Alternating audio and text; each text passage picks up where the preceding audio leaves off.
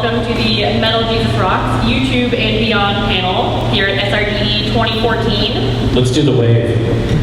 Cool. Yeah, let's go with it. Yeah! We're starting from everywhere. The 12 different interpretations of how to do the wave was awesome to watch from this side. Some people this way, some people went from this way, some people that and back. It's like grain in the field, just waving back and forth, not knowing what the hell they're doing next. Stand my hood on. That's the kind of awesomeness you can expect from Seattle Retro Gaming. All right, everyone, welcome. As you guys probably know, this is MetalJesusRocks. Also Thanks for known as coming.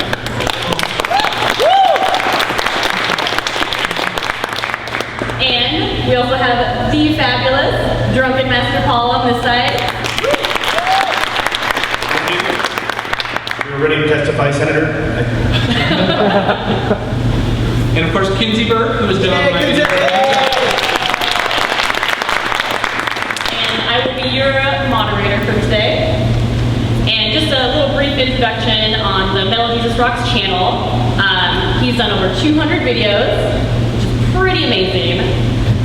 Over 95,000 million subscribers and counting. There just keeps going up. About 150 new subscribers every day. Over 9 million views on all of his videos. So in about 20,000 views a day, which is some pretty amazing statistics, guys. I think he needs one more round of applause.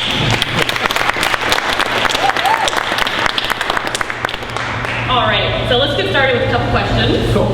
And this is for both of you. Whoever raises your hand first goes first. I know. How long have you guys been doing YouTube? I've been doing YouTube. I created an account in 2006, and I didn't really do much with it. Actually, my first video was my dog howling. It was just like this silly video, but it was in 2010 that I really decided to kind of take it seriously and try to go. Actually, what it was is when I saw other videos on YouTube, I was like, I can do that, you know. So it's kind of arrogant a little bit about that, but I was like, you know, I'm going to try to take it serious and start making videos, you know, in 2010, basically. And I started about a year and a half ago with my channel. Again, inspired by the crazy, silly stuff I was doing with Metal Jesus, and thought, you know, I can do these as well. And I want to do something a little bit different. We both come from the gaming background, and we would love games, both retro and otherwise. And but I wanted to do a little bit different stuff, especially centering around my bar, my man cave called the Monkey Bar, focusing on cocktails and food and building stuff and breaking stuff, and that was kind of my game. Why don't you guys go into a little bit about your background in the gaming industry? Because that's really interesting as well. Yeah, so basically I took computer science at Renvo Tech, and I was going to become a programmer. And what happened was that Sierra moved their corporate headquarters from Oakers, California, up to the Seattle area. They were having a hard time trying to hire people down in Oakers because it's such a small town. So they moved their corporate headquarters up here, put it in the newspaper, and I was like, I'd love to work for Sierra. So I basically you know, sent them my resume, and it was awesome. So I was willing to take any job I could possibly get. I would sweep the floors if they would have asked me to. And so that's where I met you, basically, at Sierra, and also my wife Rebecca, and a bunch of our longtime friends that we still are in touch with today, like Joshua Bentley and Go ahead. Oh yeah, Go Ahead. A bunch of people that can only You've got both, really. It's hard to do. Yes. So that's where we got our start, right? Right. I took electronics in high school, and I went to college for computer engineering for a year in Boston, and gave that up. I realized that I was spending more time sewing sequins on my Rocky Horror costume than actually going to classes and lectures. But I thought, maybe I'll try School of Fine Arts instead, which guided me in Seattle selling coffee.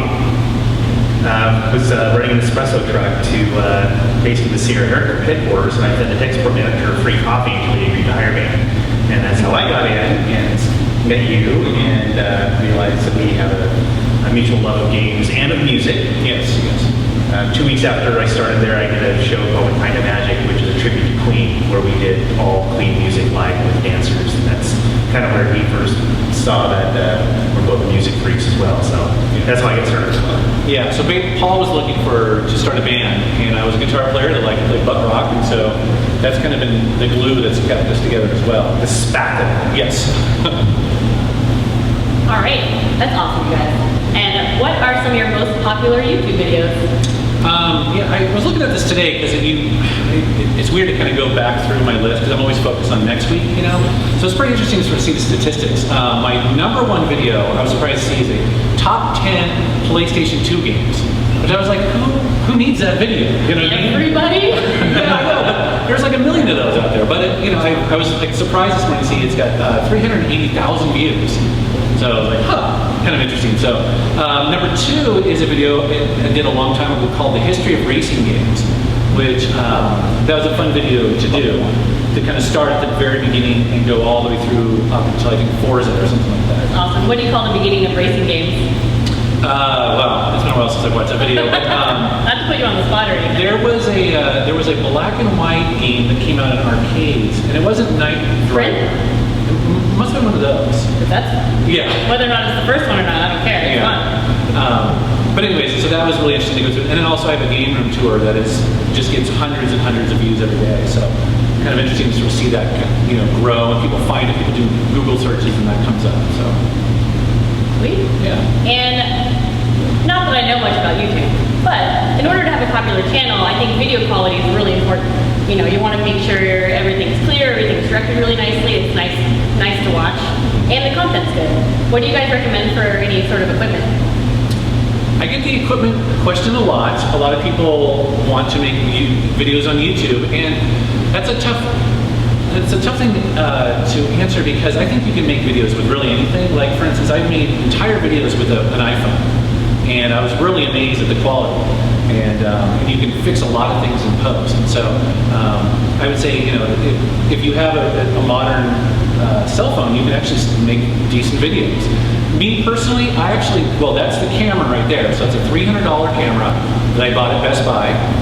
It's a $100 shotgun microphone. And that's what I use every week. The trick, though, to making good video is actually the lighting, because cheap cameras do not have big lenses to capture a lot of light. And so, you know this, and you guys know this being on my videos, that when you're standing in front of the camera, it's really bright, right? And really hot. Yes, exactly.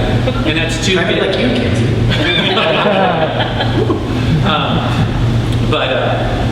So that's the #1 and most important thing, is that if you're going to use an iPhone, have good lighting, And so I actually have $200 soft boxes that do exactly that.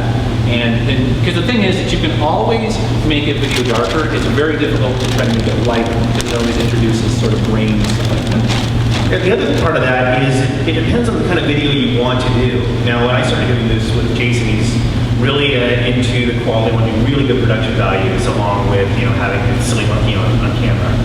But it depends on kind of the flavor of your channel. Now, some channels work really, really well when they look kind of crude, just a non-steady camera, not using HD, but that kind of adds to the character of the video. So it depends on what you want to do. Using just a regular, like I said, a cell phone camera, man on the street stuff. Some people just shoot. Brian Kelly says this too. Just shoot something and it just puts it up. Yeah. But it's all quantities. You have to put up 2 or 3 a day, and it's this, and it's all entertainment. It just depends on what the flavor of the channel you're going after. But yeah, the 2 things are lighting. Make sure you get your lighting right, and audio is so crucial. Just to be aware of that. I did some filming in the Philippines a few years ago for another project, and that was a killer. It's such a bitch to get this fantastic shot and the people there are talking, and there's a little bit of breeze in it where I can't do it. The entire time, I can't get it, and it just ruins the shot if you can't hear anything. So really the basics and fundamentals are the things to look at, regardless of the gear you have. So. Now, the other part about that is that as far as video editing goes, I started on Vegas many years ago on PC. And Vegas is an amazing video editor, but it's also pretty hardcore. And then what I got an old MacBook, and it came with a copy of iMovie, and I was amazed by iMovie. So my first 80 videos were edited on iMovie. And you can get a lot done with that software. I was actually kind of amazed. Now, what I ran into was, I ran into kind of a limitation with green screen and some of the more complicated titles I wanted to do, so I upgraded to Final Cut. Bought a modern Mac, so I spent a little bit of money buying a good computer. So I use Final Cut Pro 10 now, and I like it a lot. I'm still using iMovie. Yeah, he usually uses iMovie. He complains about it. And iMovie is really simple, just a lot of the drag and drop type stuff. Yeah. It makes it really easy. Yeah. Well, speaking of content, you have to have good content. You have to decide on a video that's going to be awesome. How do you decide what videos to make? Yeah, I wish I knew. Every week I basically try to wing it. I try to plan a little bit ahead in my videos to, basically my whole thing is that if a lot of people are going right, I try to go left. So to give you an example, last year the Xbox One and the PlayStation 4 came out, and I was like, you know what, every single video on YouTube seems to be about the latest and greatest. I did a Dreamcast video. And I was amazed how many people watched it that week. I was like, it was stunning. So that's kind of what I try to do, and every week I just wing it. I basically, like, what kind of video do I want to see this week? And I try to kind of do it that way. But on that same note though, like for instance with you, I get Kinsey for a couple hours, and so we try to crank out 3 videos that I can then, all within a day, and that I can sort of sprinkle out over the next month or so. So I basically make you come with a couple different changes of clothing. Couple beers. A couple beers, and we kind of try to mix it up a little bit, and so that way I have some backlog to kind of play with. So. How about you? What do you come up with your videos? You act like I've been putting out videos lately. No.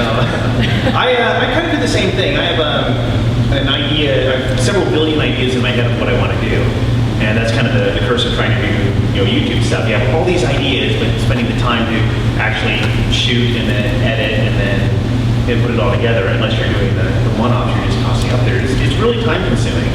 So I come up with ideas, and sometimes I'll work those in more Gamer Geeks episodes, or I focus around, like I said, my bar, doing cocktails. For me, doing the cocktail videos are kind of the bread and butter, kind of what I always go back to. Kind of like when you're doing hidden gems kind of things. So it's good to have some very basic videos that you can always go back to, like how to make the best Manhattan, which is what I'm going to do very soon. And doing something like that is drink, really. Yeah, it really is. Can I make videos with you? Well, when I did a series last year was just this past year when the Seahawks were getting ready to win the Super Bowl. I shot just sports drinks for the teams in Seattle, and I shot all of those in one day. And by the end of the day, I had done 15 shots, something like that. Because the last one, there were 6 mistakes I did. So doing videos on cocktails can get a little dangerous, and the editing is fun. Yeah, how do I turn on a Mac? Oh, sorry. But just having kind of a staple in your mind of things that I can always do, and then the key for me is to be able to edit together later. I've got one that I've been editing for 3 weeks now because I haven't had time to get it the way I want. So I aim really big sometimes, and it's too big, and I have to cut it all down. Well, going off what Paul said, these videos take a long time to make. It's not just we're going to shoot it and put it up necessarily, unless you're doing like the one-offs or something like that. But how long does it take to make one of these videos? I mean, they're like what, average 8-10 minutes long? Like Yeah, it takes a while for what I do because not only do I capture all the footage, but then I'll capture B-roll. So that means, and I play those games, so all the B-roll, that means, which is what I love. I mean, part of my channel that I love is that if I'm going to do a Dreamcast or a Neo Geo video, it's an excuse for me to fire up that console and play a bunch of games. So that's a part of it I really enjoy, but it is time consuming. I did a pickups video recently. The recording of the actual pickups video at my table was about an hour, which is pretty quick. But it's another probably 6 hours of capturing the footage for the gameplay, and another 8 hours maybe editing that down, putting transitions, color correction, messing with the audio. Then what I do is I basically throw it onto a thumb drive, take it out to the living room, away from my computer, and I watch it on television for mistakes. So then I basically sit there with a notepad, and I was like, oh crap, the audio's a little screwed up there, or maybe something is missing, like there's an edit that's wrong. Also too, I have to give credit to my wife, is that if it's a really complicated video, I have her watch it. And so, because she's watching it for the first time, it's all fresh in her mind, and I sort of sit there, and if her mind kind of wanders, or she starts checking her phone, I'm like, okay, that section's gone, But that all takes sort of time, so it's about 8 to 15 hours per video. So it's kind of like a part-time job. But I love it, it's fun. And for me, it's a little bit of my background, you don't know, I was on Food Network for a couple of shows. I did a couple Food Network challenges. And what I learned from that is actually kind of the bane of my existence doing my videos. Because when you're at a Food Network show or Food Network challenge, they have an army of people doing this video. There's like 8 different camera people walking around just following you. They have a table of, and I kid you not, like 8 or 10 directors all looking at the monitors, watching everything that's going on. They've got 20 sound people all recording everything, and their philosophy is shoot everything, because you never know when you're going to get that little gem, right? Well, the thing is, they have an army of people looking and making notes through the whole day, knowing where everything is. So I go into this going, well, hell, I'll just shoot everything I'm doing all day. I'll have a few drinks and I'll do this and that'll fall down and I'll get this stuff and I'll be all hilarious and stuff. And now I'm going to edit. Crap, now I have 12 hours of video that I remember very little of, because I pretty much blasted by the time this whole thing was done shooting. I'm like, oh crap, okay, I watched this bit, and I gotta watch this bit, and I have to watch everything to make sure I'm getting all the little snippets. So I've got 12 hours of footage of just me, sometimes just staring at the camera what I'm supposed to do next. But I gotta watch it all, I get obsessive about it to make an 8-minute video. So where you're spending all your time getting good footage, I'm basically waiting through the dumpster of my mind, trying to put my video together until 2 in the morning. So that's where I spend most of my time. The dumpster of your mind. The dumpster of my mind. I'd like to see that video, actually. Yes. The coffee grounds of despair slowly seeping into your stomach. This is getting dark. I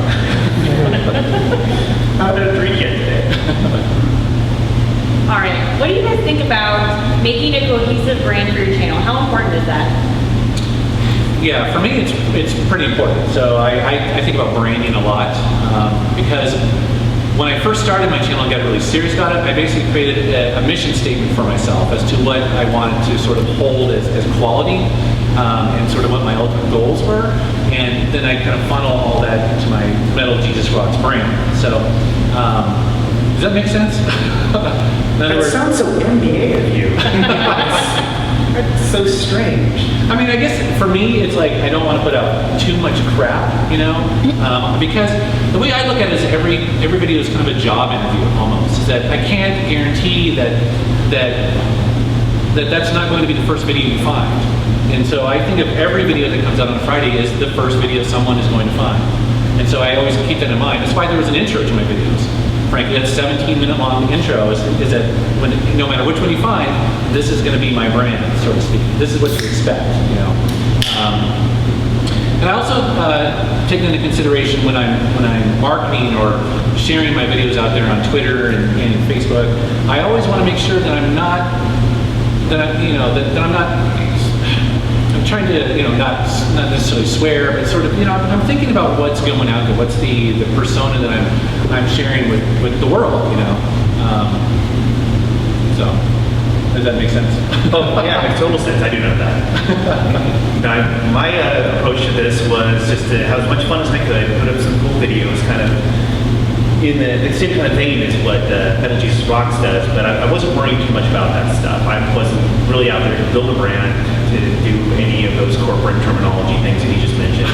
I just wanted to do some fun videos because I like to show off and I like being on TV and doing stupid things. And if it takes off, great. And if it doesn't, I have a great time doing the video. And fortunately, I got a bit of a following, writing your tales and such. But something that he taught me was I think very linearly in a row. That's a big word. Sequentially, telling my stories. And he said, you just can't do that. You can't do this video expecting that they'll see this one and then this one and then this one, because people will find that third video first and wonder what the hell you're talking about. And it took me a while to get used to. And sure enough, the videos that I have the most hits on the 2 are my Food Ninja in real life. And the other one is the main arcade cabinet build that we did, a year and a half ago. And no sequence whatsoever, so just what people will find. And those of us, grew up when you would go watch ABC and NBC your series every week, and you couldn't see a replay of it on the web. It was a series. You see this one and this one and this one and this one, and then you got the whole story. And you just can't do that on these channels. Yeah. And that's why search engine results are so important. So, I put a lot of time and effort into search engine tags and also the title. for that exact reason, is that I'm amazed how many people find my videos because they're searching for Atari 2600 and they find some video I made 3 years ago, you know. So. Awesome. Well, you definitely need to get the word out there, because if you just put it on YouTube, some people might find it, but not everybody. How do you guys use social media? Because that's really important in this day and age to get people to even hear that you posted something. Yeah, so I take the philosophy is that I want to go to my viewers. I don't want them to have to try to find me. So I basically, every Friday morning I get up a little bit early, about 6 a.m., and I share my videos on Facebook and Twitter, Instagram. Then I hit up a bunch of forums that I think people might find interesting for my videos, like Atari Age, Bracket Boy, Nintendo Age. I just hit all these sort of sites that want videos and appreciate it, and then, but more than just that, more than just sort of spamming, I also take time to respond to people and make sure that if they have a question, that I can try to answer them all throughout that period. So I'm not just, like I said, trying to blast people. I'm trying to have dialogue and be a part of the community, which I feel has worked really well. Yeah, it really has given a good feel to your channel.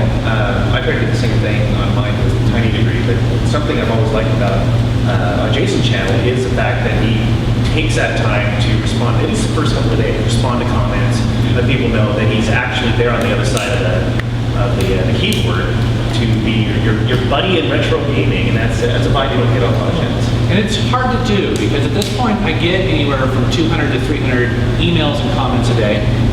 And so often, it kind of breaks my heart, but sometimes when people will be like, oh, I messaged MetalJesus and I never heard back. It's like, well, I was working, it's tough, right? It's like I could spend all day long doing that.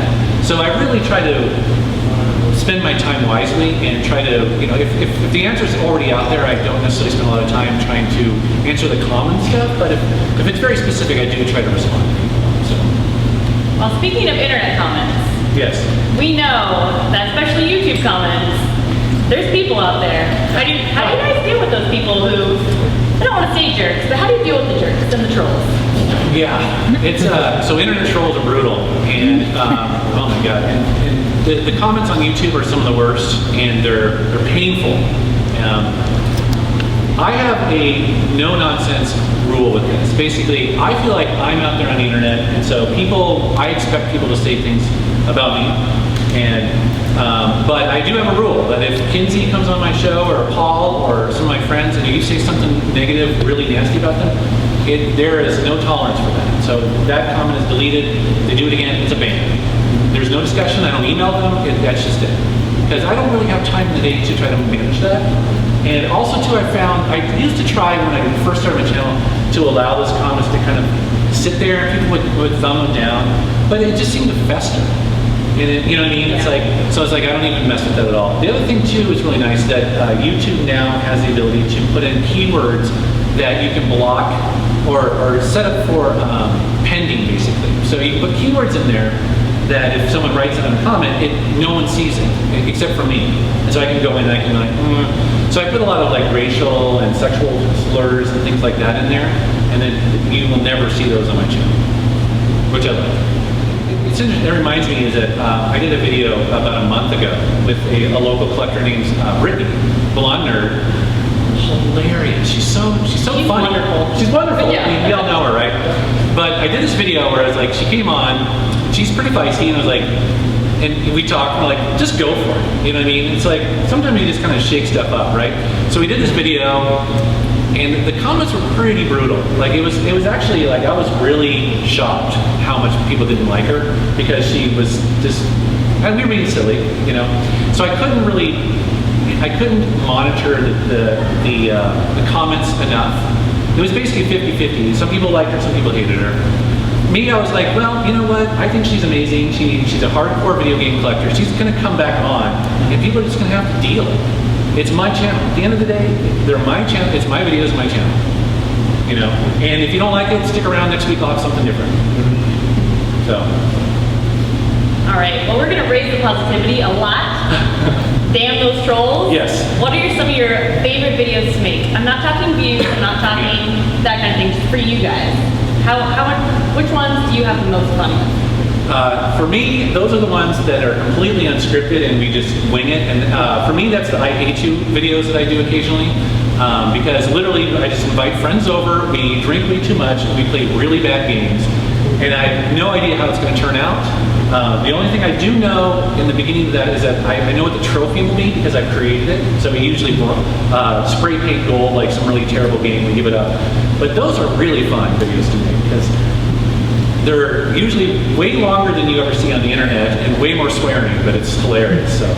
And they're fucking bad. Actually, at this point, drop an F-bomb, okay? And actually, the last one we did, you were in the suit. Okay. You were playing. How many of you guys have seen the I Hate You episodes? Okay, how many of you know who Dick Move is? Oh, we only have one Dick Move fan. He gets the points for the show. So. Yeah, those are really fun for me to make because again, they're really fun from a creative standpoint.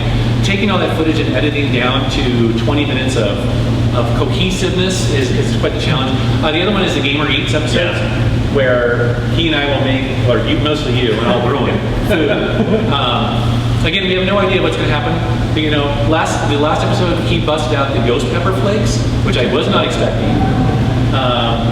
So that was fun. That was fun. Yeah, it's those videos that were, like Jason said, are unscripted and we're just going for it. The Gamer Eats one are my favorites. I mean, the I Hate You's where I get to play Dick Move. Yeah, that's a lot of fun because I don't know if you guys have caught this in those episodes. When I'm playing, I get really competitive. I get really intense. And yeah, he's all like fun and cool to hang out with until you put a controller in his hand and he wants to win. So I'm like, dude, I I played some pretty competitive Atari 2600 with Drunken Master Paul over there. Yeah. It happened. I don't know if you remember, but you were there. I don't pretty hammered at the time. I just assumed it was a drunken haze. Did I dream that or did I just... But yeah, those episodes are great. The ones I really enjoy as well on my own channel are where I get to build stuff. I just like to get my hands on tools and building things. And the main arcade cabinet that we did too damn early in the morning, that was one of my favorites to do. That was a beer bitch. Hey, you're a beer bitch. Yeah. But you went home with all your fingers intact. I didn't let you touch any power tools. Yeah. It's true. So what are your guys' plans? I mean, we're definitely not done with this YouTube stuff, so how are you going to move forward? Just keep doing what you're doing? What are your plans? My plans for my channel are to always bring in local collectors to kind of help me fill out the knowledge because my knowledge really is mostly like PC based, so that's my history. And so I'm really new to like a lot of consoles, and so that's why I like bringing on you because you know so much about Nintendo and the N64 and all that stuff. You and I are already talking about doing like, hey, you have this really interesting thing. Well, should we tell people? Because I don't. I don't remember what you're talking about, so let's tell people so I know. So I guess that's the hit. I will bring on people to help me kind of. Well, one, I don't want people to get sick of seeing my face, so I like kind of doing whatever. Yeah. So having Kinsey on and Brittany and Reggie and some of the great local collectors. That's my plan. Is to always do that. So a lot more hidden gems. We would like to do an I Hate You episode. Yes. Very soon. Yes. You and perhaps Brittany and some other people. Girls Against Boys. That'll be fun. It's going to be awesome. Yeah, you can probably kick our ass too or something. It's going to happen. Yeah. More Gamer Eats. And then, I'm always really interested in sort of new ideas. In the long term, I'd like to have all sorts of stuff on there. So a friend of mine, Josh, we work with, he is going to cover more modern games, specifically on the PC. So he's set up to do that. So we're going to bring him on as well. Right. For my channel, actually, it's an interesting question because I've hit a point doing videos that I've just simply not been able to do them as often as I want to. I mean, you have a video come out every week, and that's one of the things that keeps your channel going. I mean, I haven't put out a video in 2 months now because there's just a lot of other things have been going on with my life, and we had our band played a show, we were wound up in that, and Which was amazing, by the way. And you guys have never been to a Test Turbo show. It should really happen because it was fantastic. Well, you should play here. I agree. There's a stage. Literally, that's the first thing in my mind when I came. All right. yeah, YouTube, After this, arcade, guys. like Twitch, Actually, most of the band is already here. We just call Liz. yeah, sure, get her over. But I've not been able to do the videos as often as possible. So if you don't put out content, and you still get a little bit of following, but it kind of wanes a bit. So something that we're considering doing is just simply taking my videos and putting them up on the MetalJesusRocks channel kind of on a different day. So you can still get it up in front of people, but it would become like the Metal Jesus Network. Yes. And moving in that direction, and letting my channel just sit and put my content on his channel so everybody can find it, and I can still put stuff out, but I wouldn't feel the pressure of having to put something out every single week. Yeah. So it's just another evolution in your global domination. Thank you. All right, so I definitely wanted to open it up to the crowd, and I want them to give us some topics to talk about. All right, Ask us Seth, anything. you. Okay, one thing I noticed is I like to compare your channel mentally with another one I like a lot called GameSack. Oh yeah. Because you really focus on the games, on showing the games. You're less into like bits and wacky characters and skits and sketches. What are your thoughts on that, incorporating things like that? Obviously, you don't seem to do a lot. A lot of people really heavily do that. They do things in character, as characters, other characters. The theatrical elements. What are your thoughts on that? Well, you hit on one thing, is that I did have a rule that I was going to show what I'm talking about. Because I was so disappointed with some pickups videos and some of these games where they'd be holding the box, and I'm not familiar with every game. I want to see the gameplay. So that was the one thing, is that for me, it's like, if I can, I want to show gameplay. But then also, too, you hit upon, kind of like skits and stuff, which actually I don't mind, and I like a lot of stuff, too, and that's kind of where I think Paul can do that. And so I like to do all of that, really, because those are the types of things that will end up on the front page of YouTube. So there is a huge incentive to have that kind of wacky kind of video. But at the end of the day, though, I want them to find my other videos and also find the quality and the information that they're looking for. So I like to focus on the game knowledge. yeah. And by the way, I do love the GameSack guys. They're awesome. It's amazing how quickly they grow on you with their delivery. At first, Yeah. you're like, oh my god, this is the most strange, stilted thing. And then you start to just become so lovable. So Yeah. it's like, you start to love that. I can't even do an impression of them. Yeah, their voiceovers are some of the worst, but that's part of their charm. Part of the charm, Like yeah. that for a while. It's not like That's one thing. I don't use scripts. I use an outline, which can be good or bad. Because I tried doing scripts originally, and I sounded terrible. I was like, oh my god, I can't do this. So the downside is, though, is that if you do hear or watch a video of mine where I'm doing voiceover, like the last one, I had over 90 takes just to do an 8-minute video, because I'm basically doing line by line by line, multiple takes, to try to get this sort of natural vibe out of it, and kind of make it so it doesn't sound like I'm a robot, you know? But, good question. I'm down for some costumes, by the way. I think costumes are fun. What are we talking about? Can I sell one of those costumes? I got some good ones in my channel. We can have a Kinsey and Drunken Master Paul costume off. Oh dear. Yeah? This is going to go really well, you guys. Speaking of winding up on the front page of YouTube. Yeah, really. Or the For Channel all the Times. reasons, yes. Yeah. Any other questions about creating videos, all that stuff? Quick question.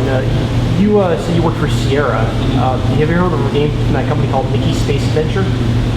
Old school Sierra game, right? Yes. Yeah, around like Donald Duck's Playground and that sort of era. Don't remember exactly. It was kind of like mid to late 80s. Yeah. When did we start at Sierra? 93 or 4? I started in 95. Okay. I started 2 weeks before Windows 95 launched. Oh, okay.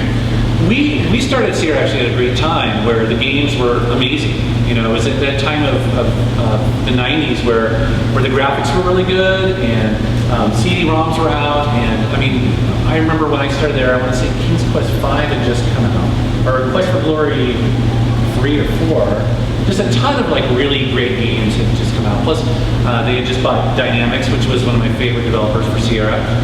The Earth Siege games and the Willy Beamish games and all that stuff. So it was a pretty cool time. Yeah, if I remember correctly, Dynamics did Stellar Fire on the Sega CD. Right. Stellar 7. And Rise of the Rise of the Dragon. Yeah, those were just before I started. I started right as Phantasmagoria and King's Quest 7 came out. Oh, Phantasmagoria, you guys. Let's just have a moment for that game for a second. We made fun of that game when it came out, though, internally. I mean, because it was I'm like, sure you did.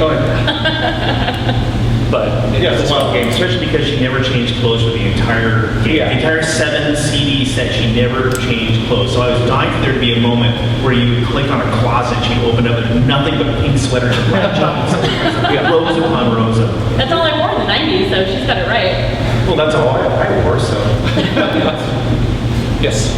So what's a good way to have a video talk about the negatives and positives without being too negative, I guess? Like, I don't know if I'm coming off clear, but... I think there's something to be said for your opinion. And I think you might find that your opinion is probably, I mean, that there's probably people out there that think the same way. I guess my point is that's kind of what I've discovered, is that I used to be kind of afraid to have an opinion. And because, again, the trolls or whatever. Yeah. But I think, people see the passion. And if I think that's a pretty valid opinion in my, I mean. Yeah, I was sitting here just listening to you describe your question and the look on your face and the passion went back and forth. I'm going, why are you asking as if this is a good idea for a channel? You've already got to do it. Yeah. I mean, just the idea of comparing, the modern with the retro.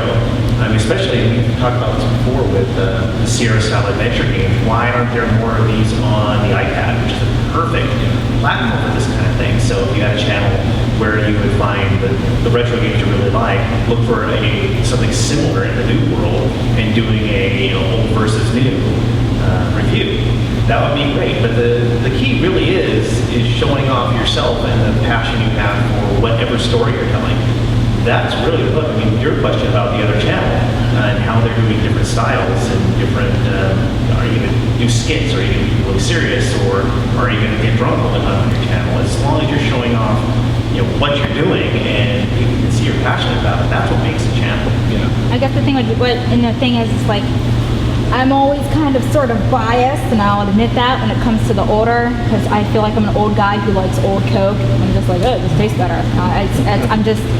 I'm very, it's not that I'm afraid of change, but I just, sometimes with like a lot of newer things, I just feel like they lose sight of what they were. Like, I'll look at the first game and now I'll look at something else, and I'd like to find a way, like, what's a good way, if you want to make a channel, to talk about things that you don't like and why you don't like it without sounding like a negative Nancy, and so people are just like, she sucks, she's a downer. Yeah, I think that's all about setting the expectations.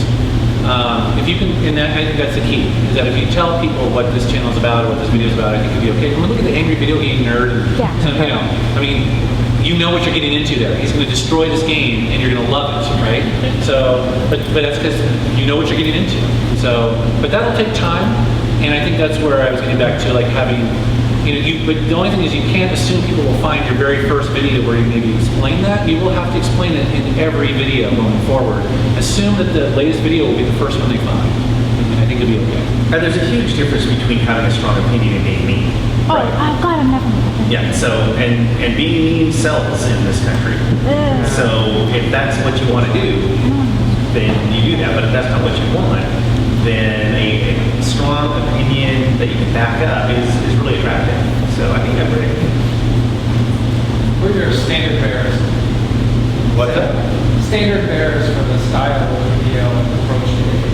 Who do you look to and say, like, this person, even if I'm not doing the same niche approach, is that style or polish or quality? Well, GameSack is definitely one. As a matter of fact, I've reached out to GameSack to get help for video editing, because that's what he does for a living. And I like their style and their quality for that. I really like Happy Console Gamer and the passion he has. I think it's amazing how he can create a video and the background doesn't really change and it doesn't really matter, and but I like how his use of B-roll, like if he's talking about a book or he's talking about a game, he'll cut to the, he'll show you what he's talking about, which I appreciate. And then, wait, I wish I had my list of subscriptions for YouTube, because, but I do look for quality, and I'm the kind of person who listens to like the DVD audio commentaries from like a director. And because long before YouTube, I was making videos, I was making home movies. And I've been doing that forever. When I was in high school, we would go and rent a big old VHS camcorder and make stupid, like, 2 days of dudeness with me and my buddy, right? Acting stupid, rolling down in the yard, and whatever. And so I do like quality, and I do like people who have really good pacing and stuff like that, good editing. So. With me, there's no doubt about it, Good Eat on Food Network. Watched a ton of that. I love Alton Brown, I love his style, and having done some of the stuff on Food Network,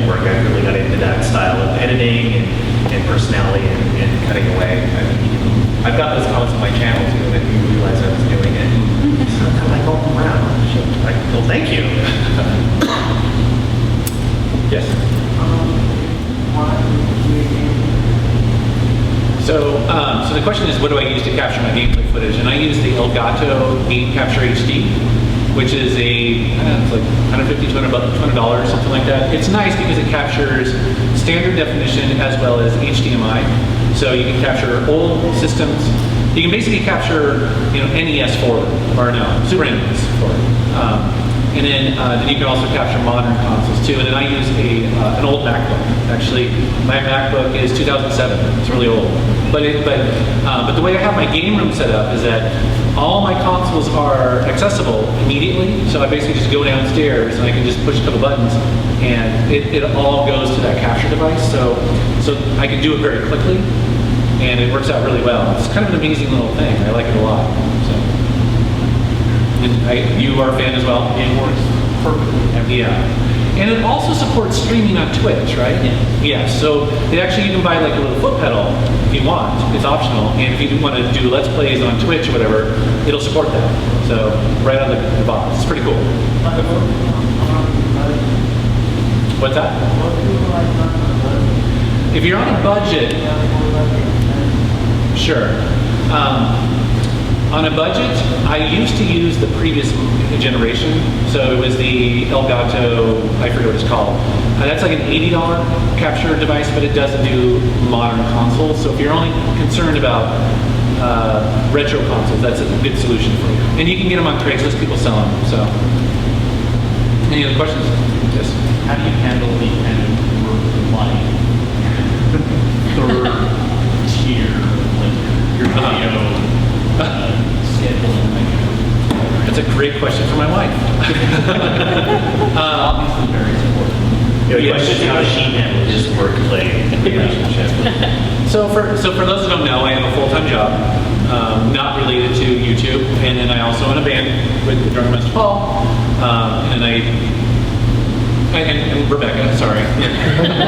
Not up here. Has a relationship to maintain. She's our drummer. And then I do YouTube every week. So I have a goal where I try to release a new video every Friday. That is a part-time job, and essentially that's the way I think of it. Because if I didn't, I wouldn't do it. You know what I mean? Because if you get home at 6 o'clock and you have dinner and it's 7, you're tired.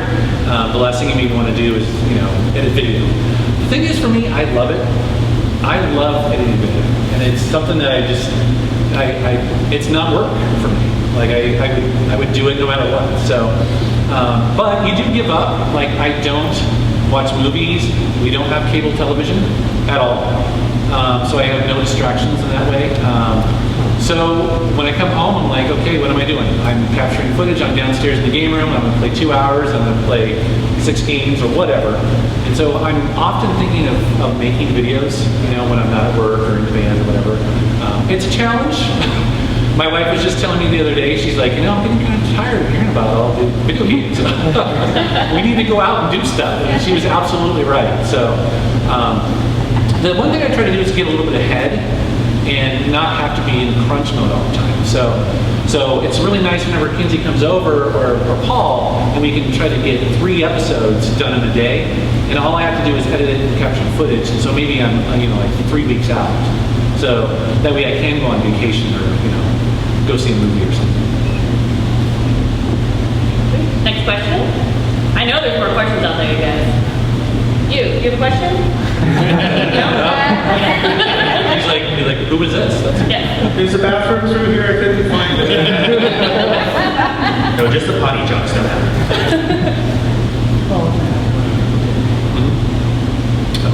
About the music. Yeah. So about my band is. Well, you look like a deer in headlights right now. My band. Well, I don't know. Basically, the band is that's evolved is Paul on vocals, me on guitar, my wife on drums, and then his wife Liz on bass. And we primarily do like punk rock covers of really, they're not all bad songs, right? No. Yeah, songs we like to play, but we try to jazz them up by doing like punk or metal versions of it. And are you familiar with the Beefers and the Gimme Gimmes or a band like that? That's all he listens to. Like if you were to ask him, like, have you ever heard the original version? No, he's never heard. It's just me. Don't care. Yeah, Like the fun versions. our band, our goal is to entertain people to the maximum. Like when we play in front of a crowd, we want them to think that they just saw Kiss. Like, you know, if we could shoot off cannons and, you know, have fire, we totally would, you know. Which we do in my mind. Yeah. I'm doing a stadium show every time we do rehearsal. Oh, yeah. So we try to have fun. We're not the best musicians by any means. Like we practice on a good, maybe once a month if we're lucky. Yeah, You know. Well, we just did a show, and it's typical for us that we play out, and then we don't see each other for a month. Because we're sick of each other. Yeah. I can't stand it. You know? Yeah, our motto is doing bad things to good music.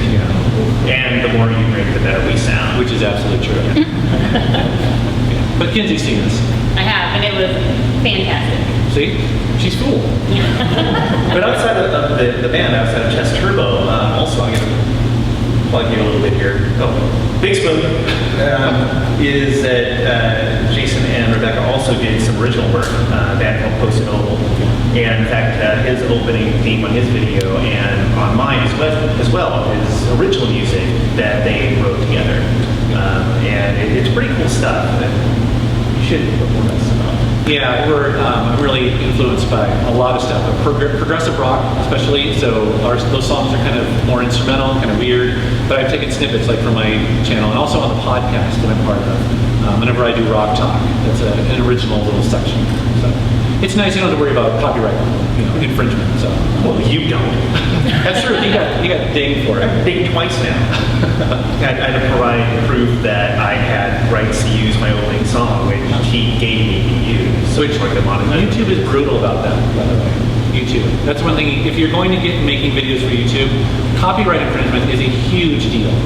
So I can talk about that a lot, but if you're going to start a channel, you need to be using either music you have licensed or created yourself, because every video that gets uploaded now goes through an algorithm for matching, and before it ever goes live, they're going to check that. So even if it's in the background, like if you happen to be in your living room, you have your television on and a commercial comes on, it's playing a Journey song, it'll match on that. And essentially what happens is that there's a warning, and it says, depending on the copyright holders, let's say Journey or some band, right, they have an option. They have three options. They can either say, no, you can't have that video up at all. They can mute the audio on it, or they can basically take your ad revenue, or I guess there's four options, or they can put a little link down below for you to buy it. So, and depending on the copyright holder, that happens.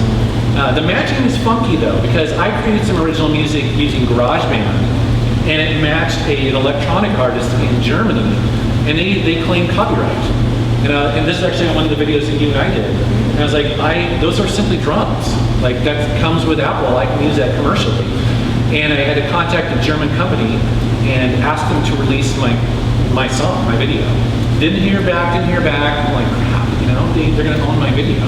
Finally tweeted them, they released it, which was very cool, but it's a pain, huge pain. Yes? How do you feel about as complexes? What was it? How do you feel about the spoof that as complex did? Yeah, so there's a parody video. Well, they contacted me first, because I'm friends with them, and they were like, hey, we're going to do this parody video of Game Reads. What do you think about it? I actually gave them a version of my theme song, all jazz, because I was like, oh, heck no, you've made it when someone's doing parody, right? Yep. So I love it. I mean, they nailed me, and my hair, and the way I spaced off, when he's talking and stuff. Yeah, you do that a lot. Oh, yeah. Just in general. No, it was so much fun to see that, and the way they nailed the mannerisms was so much fun to see. Yeah. Actually, to be quite honest, I was like, they could have gone farther. They could have been brutal. I would have loved it. So. I just wanted to hear more about your experiences with copyright and all that. I didn't know that. I've been really lucky with copyright. I've gotten dinged a couple times, but I've been able to refute it and sort of claim it. It's almost always been where someone claims my music, and YouTube assumes that you need, well, you basically have to defend yourself, which is kind of sucks, because I am using commercially available samples that I bought, and I have to fight to get the right to do that, which is kind of a bummer. Sort of puts you on the defensive. The thing is, though, you only get 3 strikes, and your channel is gone. So you have to, if you're gonna try to fight that, you have to be very careful, because if they push back, and that's 1 strike, and you've only got 2 more. So I've been very lucky, and I don't use any music that I don't have to. And that's what he advised me to do as well on my channel, was to, because I want to do all kinds of, who cares really? Dude, they will come after you. I just fought with YouTube over my Fruit Ninja in real life video, and because they dinged me for using Half-Brick's background. Even though Half-Brick had retweeted my tweet and told everybody how awesome the video was and said everybody go watch it. And on their Twitter account, I said, can I use it? Of course you can use it. And they still would not release that until I got written documentation from Half-Brick that I could send to them that said, yes, he has explicit permission to use this. So they're so afraid of it, and we're all guilty until proven innocent, which is kind of it's anti-American, damn it. Well, you do have fair use, right? And there's a debate as to the gameplay videos on YouTube, whether they're fair use or not. I feel like what I do is fair use, because I'm showing 30 seconds, I'm doing a review, and basically at the end of the day, no one's going to watch my video and go, I don't need to buy that game. You know what I mean? It's like I'm not giving away the game. But there is an argument for Let's Plays that you could say, especially if a game is very cinematic and they show from beginning to end, I don't need to play that game. And so that's where YouTubers can get in trouble, is that it hasn't been determined yet if that's truly fair use or not. So we'll have to sort of see if that is. If it's truly transformative, and if people don't buy games based on it. Because if I was to take a DVD movie and do the same thing, even if I talked over it, you could argue that maybe someone would not go and buy that DVD. So that's where, I'm not saying get right or wrong, because I actually really like Let's Plays, but I'm just saying that that's where the battle is. Sweet. Well, thank you everyone for coming out. Before we go, Thank you. where can we find you guys? MetalJesusRocks on YouTube, MetalJesusRocks on Facebook and Twitter. That's pretty much it. And Instagram. Oh yeah, Instagram. That's right. I'm new to Instagram. I'm Drunken Master Paul on YouTube, Drunken Master Paul on Twitter, and I primarily find him hanging out in his basement working on his channel as much as I possibly can. He brings the beer. I bring the beer and the crazy. Cool. Well, thanks for coming, everybody. We appreciate it. Thanks, guys.